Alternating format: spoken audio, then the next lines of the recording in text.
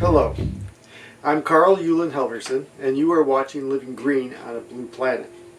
Last August of 2024, Carrie Pulley and I attended the Protecting Mother Earth Conference in Cherokee, North Carolina. This is a conference that was founded by the Indigenous Environmental Network, and it gathered indigenous people from all over North America, or Turtle Island, South America, but also in the Pacific. And so you had people from the Amazon Basin, from Alaska, from Guam, just all over the place. And we ended up hearing speakers who were phenomenal. They had knowledge and experience, and were advocates and game changers for helping Mother Earth. And one of those people that we heard was Jessie Deerin-Water. And Jessie Deerin-Water is an advocate for the elimination of nuclear energy as a source, at the very least making it safer and safer for communities, but ideally to have a nuclear-free planet. Jessie's mother had started Citizens Resistance to Fermi 2, and Fermi 2 was a plant by Detroit that had a accident on December 25th, I believe 93. And this gathered lots and lots of people to demand changes and how it was produced, and safety features, and plans for containment, and how big of a concentric circle would be affected population-wise. And so his mother was very active in this, and at one point she finally retired from the organization, and Jessie took over because there were other concerns and people were galvanized. The reactors that he looks at are similar to the model in Fukushima, Japan, and so we know that they're vulnerable. The ones here have not had any accidents like that. But he focuses on, first of all, working with people of color, indigenous people, poor white workers, who would all be impacted if there was a problem. He points out that the one near Detroit, the areas affected would be in Michigan, Detroit, Toledo, and Windsor, Canada. So it's a large area for one plant. And so his work is important, and he works on the different types of contaminants that need to be focused on and controlled. And so he works with, or he has consulted with, he's worked with or consulted with the Federal Energy Regulatory Commission, or FERC. He's worked with Beyond Nuclear. His organization is a grassroots indigenous organization that works with allies all over the place. He gave 2 breakout sessions while he was at the conference that were well attended. While we were there, one of the nations on the reservation, they were notified that there would be transportation of nuclear energy or nuclear material, uranium, through their reservation. And so this is an ongoing problem: extraction, transportation, and then energy production. And so he focuses on 3 areas. One is nuclear contamination. What happens if, God forbid, there's a meltdown and there's a plume? Okay. The other part is toxic contamination. And so while they're making this energy, they're using heavy metals, and the pollutants from that go right into the Great Lakes or the rivers or wherever they're at, that using water for cooling. And then the third is thermal pollution. The water that they extract in huge volumes every single day is heated water that changes the ecosystem in the area that they're at. Either way, he was inspirational on a personal level, and then he was very much an advocate not just for indigenous people or people of color, but if his work is successful and he keeps us safer, he is in the service of all of us. Hope you enjoy his talk. different things, and it poured 1,000,000 gallons of tritium, or water that was just contaminated with chemicals. It wasn't radioactive yet because it hasn't been cycled through. It's a separate deal. But it was so much that it flooded the basement and flooded over into the radioactive water section, which caused it to be cross-contaminated. And then it, flowed back and became 1.5 million gallons of tritium-laced water. And they wanted to dump it. Our utility wanted to dump it in Lake Erie with no plan and keep their reactor running while this is happening. And so here we are later, that was in 1993, here we are 30 years later, seen some challenges. The group kind of dissipated for a little while, but after Fukushima happened, the meltdown of Fukushima, that gained folks' attentions because these reactors have different models, and the Mark I reactor is the Fukushima type, but it's also the design of our Fermi 2 reactor there in Monroe. And but it's not just like that one over there. It has the same design flaws, but it's the largest one of them in the world. And so when the tsunami hits Fukushima, it knocks the power out. So in those cases, there's these backup diesel generators that are supposed to kick on to restore power. Those, as a part of the design flaws with this Mark I reactor, the diesel generators didn't kick on, causing the meltdown. And funny thing is that we work with the guy in our group, and he's with another group, Beyond Nuclear. His name's Kevin Camps. He was a part of a campaign before these Mark I reactors were ever made. He was like not ever made, but campaigned to have with a bunch of other scientists and engineers and stuff like that, to have this Mark I be taken offline. And they were in Japan at the Fukushima area, at the site there, trying to work with the local government and the overall government to get them to shut that down 6 months before that meltdown happened. And they were saying, and so, fast forward over here after that happened, our group revived itself, and my mom was like the leader in that, reviving it, and started pushing to get those design flaws fixed. The backup diesel generators, one of them, the torus coating in the center, which helps maintain the compression during like the reaction, and like this water swirling around, keeping stuff cool during the reaction. And it like peels off because of the design of whatever material sticking to whatever material is not working. And so we started pushing to get these backup diesel generators fixed, this torus fixed, and a whole bunch of other stuff. And after like public pressure and a fine from the Federal Energy Regulation Commission, FERC, for $350,000, DTE was forced to fix these backup diesel generators, the ones that didn't kick on at Fukushima, to restore power. And a month later, after those diesel generators were fixed, so a lot of folks may or may not know about the mayflies and how they spawn on Lake Erie. It was a mayfly spawning, and it was massive, and it spawned right there in that area, and they landed on the main transformer for the Fermi 2 power plant, and it tripped the transformer and caused an automatic shutdown. And but it was the kind that needs the diesel generators to back up, because it's one they have to keep it shut down because the transformer's out. It's not like the power's coming back. Just like how the tsunami knocked the power out. Right. Yeah, for the other one. And so those backup diesel generators kicked on for us. And that was in 2017. And so what CRAFT is an indigenous-led nuclear abolition organization that seeks to see this Fermi 2 reactor shut down, decommissioned, replaced with a safer, cleaner energy. And locally there in Michigan, it's the need and want is rooftop solar and or localized, decentralized grids, community ownership over the grid. And we work with different groups who are doing that, whether it be in the urban setting. We're working with different powerful folks, working with different tribal communities, because tribal governments, you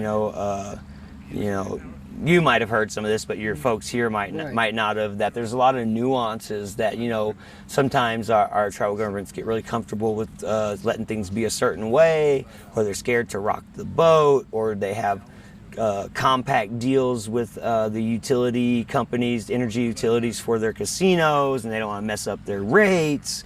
And so getting your tribe to intervene in, especially if they're benefiting off of the dirty energy, is tough. And so it's, but there's plenty of tribal communities who don't agree with like the tribal people themselves.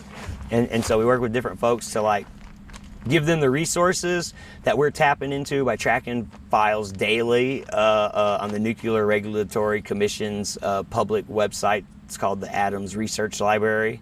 It's where you can go and you can find all the files, public files for the NRC and nuclear-related stuff.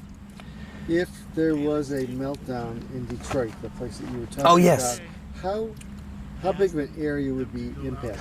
Okay, so when Fukushima melted down there, the United States ordered its citizens within a 50-mile radius to evacuate from that plant.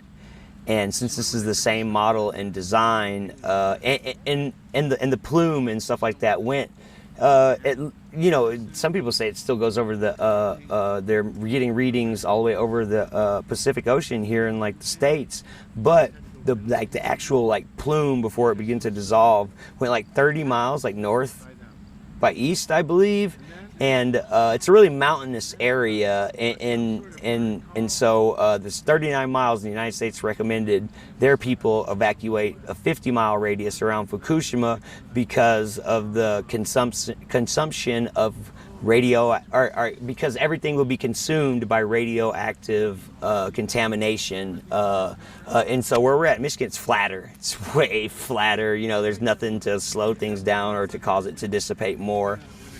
And so we feel like maybe that 50-mile radius might not even be enough, but we still work with the 50-mile radius. And so that's what we have. Our utility only has a plan for a 15-mile radius. But what a 50-mile radius with the recommendations for Fukushima was, and even a 39-mile radius includes Detroit, Toledo, Ohio, Windsor, Canada, and Ann Arbor, Michigan. Ann Arbor's to the west of it, Detroit's to the north of it, Windsor's to the east of it, and Toledo's to the south of it. And it encompasses all those. And there's no plan for those places, and the people in Detroit would be royally, not in a good position if it happened, because, the rural people are closer to the freeways. They'd be up like Erie without a paddle. Yes, yeah. And so it's really important to us, and it's not just because there's this historical legacy of design flaws in Fukushima, which is direct, it's the same model as our Fermi 2 reactor. And it's not even just that, there's what it does to the land. It uses 45 million gallons of water a day, and it dilutes for its cooling processes. It's a once through thing, and so they push that out into to Lake Erie. But it loses a lot of steam, and so and they have to use a lot of chemicals to keep the water stable, cool, because it's being hit by radiation and high levels of heat, and it's like just going crazy. And there's also lots of like cleaning processes they have. And so they dilute that 45 million gallons of water at a 10-to-1 ratio with the waste. So the amount of waste that's going out today, a day, is 4.5 million gallons of water. And actually, I'm actually kind of speaking here a little quicker, but I'm building up to this to our latest action thing that we did. So they have the National Pollution Discharge Elimination System permit for power plants that use water and dump water into waterways. And what that is basically a permit to pollute. It's it's permission to pollute. And but it's just like you have to name everything that you're putting in there, and of course there's certain levels that you can't go above, and this, that, and the other. But it does pollute, and the things that it contains are not only radioactive elements like tritium and stuff like that in the water, but also dangerous and deadly chemicals and stuff that impacts the lakes, like phosphorus, copper, lead, different like zinc, but like a poisonous zinc because it's been ran through this process. PFOS, PFAS, and it used to be that even PCBs, which is an international treaty ban on, that they were allowed to dump. So we recently challenged that permit we worked with some university law clinics, some really good ones, and 3 of them, dissecting this 650-page permit and trying to find the correlation between what it's dumping and the algae blooms, and it's not just dumping waste water in there, but it's hot wastewater, thermal pollution. It's called a thermal output or thermal load, and some of the research showed that Fermi was above the thermal load, was above the average temperature of the Western Basin, and within permitting and within EPA water quality standards, you're not supposed to be certain much over the average temperature of whatever waterway you're dumping in, and if you are, it can't be for a certain extended period of time. And so what we found was that they were dumping at a higher level for extended periods of time directly, and then there was like a harmful algae bloom specialist group too, we have the harmful algae blooms in Lake Erie. It's kind of known for it. They've kind of always been there, I guess, but like algae blooms, but the harmful algae blooms and the cyanobacteria are developing now because of like pollution and thermal pollution and stuff like that.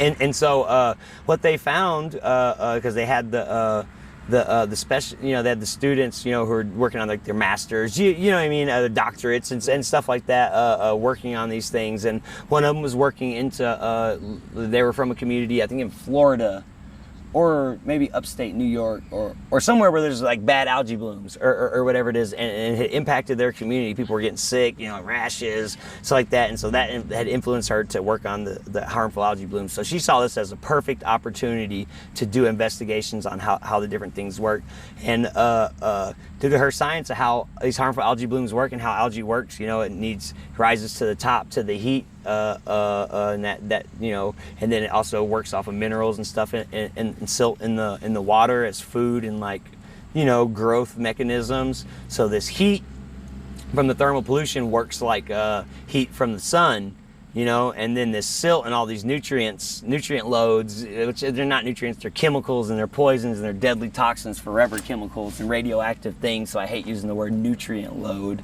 Right. But whenever they get that, and they get all that silt from all those chemicals like that, and the sun, it works as like super steroid food and growth things for it, and it causes them to blow up and expand rapidly and become more toxic and harmful than they were before. And this group of students found that direct correlation between the local year-round algae blooms around the Fermi site and the thermal pollution and the silt that was coming out. And that was one of the things we challenged was they need to pull back. They need to downsize their numbers. We want the plant closed, this, that, in general. And what we had asked was that the permit should not be reissued if they cannot meet these certain things, like a thermal limit. We wanted reduced things, and we wanted it, DTE, the utility had till 2028 to have it in writing that they were no longer dumping PCBs into Lake Erie. And so we wanted that in writing that they're no longer dumping it if they weren't, because they were trying to claim that they weren't. And to be clear, when we're talking about the dumping of this water, this is when the plant is actually working fine. This is not a disaster. This is the best it gets. This is like the best it gets, and it's still kind of the worst, because then you have, this is like you say, well, whenever it's quote unquote in its prime or whatever it is, it's polluting and doing the dirty, Okay, so you're Western Cherokee. No. I'm a citizen of the Cherokee Nation of Oklahoma. Thank you. Western Cherokee, you can cut this out if you want or not, is a fraudulent. Why would I? State. Keep it? Okay, a fraudulent state. Yes. It's not even a state trade. It's like a LLC or something. And we have the same thing. I'm from Indiana. Okay. The Miami that are in Oklahoma. Miami that didn't leave. Yeah. Well, they sent them off on the Trail of Tears. There weren't no hiding because they hunted them down and forced them out. Anyway, all right. Sorry. Yeah. Another subject. So you're Cherokee. You're here at this conference, but this is not the first Protecting Mother Earth conference that you've been to. No, my work is intergenerational, and so my mom was doing this before. I want to say like dragging me around, but she wasn't really dragging me around. She was just, still doing her motherly duties, and you know what I mean. And I kind of just didn't have a choice. It was either that or go hang out somewhere else. And I always liked a little adventure, and I wanted to come to Cherokee. So yeah, I'd been to 2 conferences when I was a kid with my mom, doing the same work. Once with actually doing the same work with craft. One of them was the same work with the same group I'm doing now. 28 years ago when they had the last one here, I was here with it. I was here as a kid. So there you were here with your mother, getting, as Tommy would say, some good learning. Yeah. Now you're here as the teacher. Yeah, I'm here with my kids too, and she brought a group of Anishinaabe, Ojibwe, Odawa, and different activists down here with her in a van or whatever it is, and I did the same thing. You're here as a presenter. I'm here as a presenter, and I brought a van load of people with me. Okay, great. So I guess that kind of feeds into my last question, and that is, you're talking about nuclear waste, huge industries, vulnerable people. Can the people who are hearing what you have to say make any difference at all? Yeah, because it's going to be up to us to make the difference. The issues, the conversations, the problems, the tactics have been the same since I was a kid. You know what I mean? 35 years ago. I'm 42 now, but since I was like a little bitty kid when I first started being in this stuff, and there hasn't been many wins, tons of fights, not many. You might see it's rare. None of the issues, like the waste issue hasn't moved. Uranium mine cleanup hasn't moved.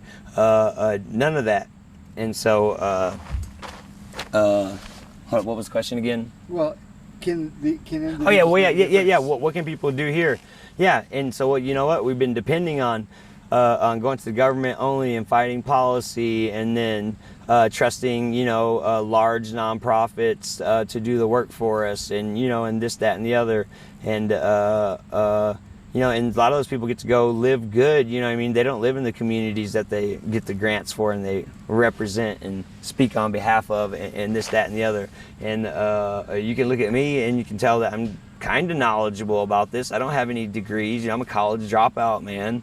But it's the life's experience and the want and the need to want to learn and do my study on this, so I can be up on everything that and it's that dedication, it's that drive that gets it done for me, and that's what it's going to take for everybody. It's going to take us to reclaim our own power, and part of the problems with colonization and settler colonialism and the overarching power structures, that dominate us through capitalism, imperialism, white supremacy, all these different things.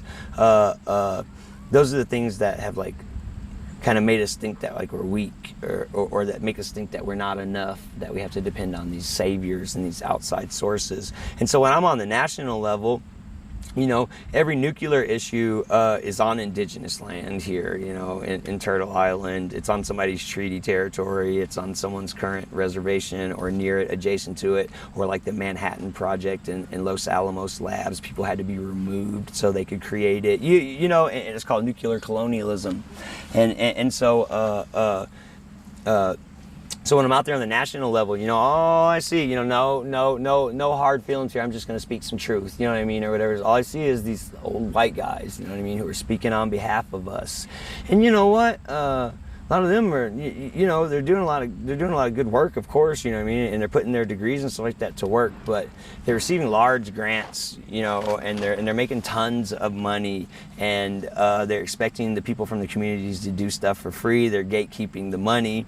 If there's 2 communities that are being poisoned and want to work with them, they'll pick the ones that are more not subversive, but maybe submissive, or less outspoken, or less willing to dive into conflict to find a resolution. And they choose the easy Indians to deal with because that's easy for them, and so we get left behind.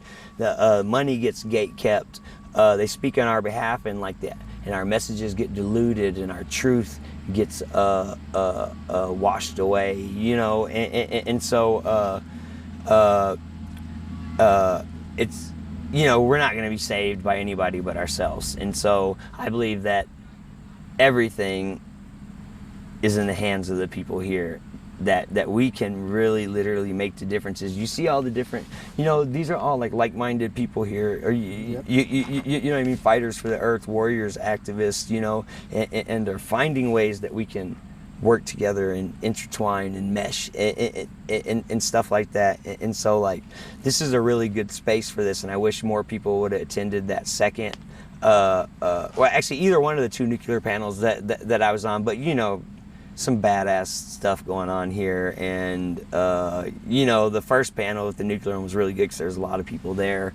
And so, but yeah, and all we can do is kind of just share like the issues, the work, you know, some strategies and tactics, and if there any of them were wins and losses, and you know, and stuff like that. And so you know, I'm assuming that we're going to see you in future Protecting Mother Earth conferences. Oh yeah, and y'all might even see me here somewhere near Indiana or Chicago, because you know they're trying to reopen that Palisades plant there in Michigan, and Wolverine Power and Wolverine Supply and Hoosier Power or whatever it is have bought purchase agreements for certain amounts of money, and so like they talk about this Palisades reactor being reopened to help Michigan and this, that, and the other, but like half the energy won't even be coming to us. It'll be going down into Indiana, and so some of the things we're starting to work with people in Chicago that have the connections over in like Gary, you know, I mean, in different places like that, is like to figure out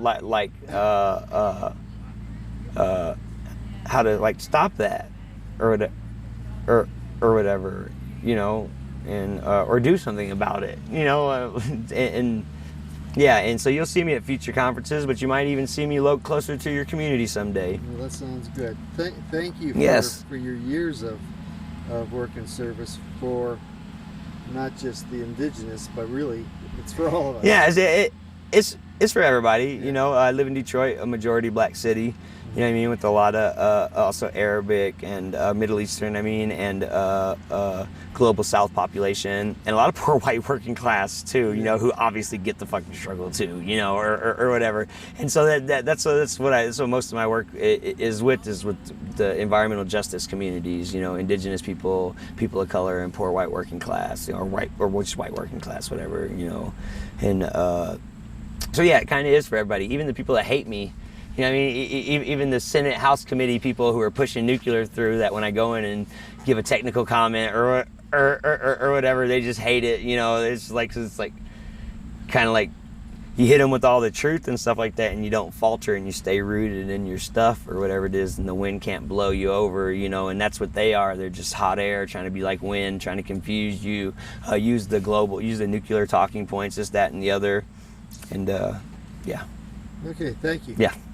All right. Appreciate it.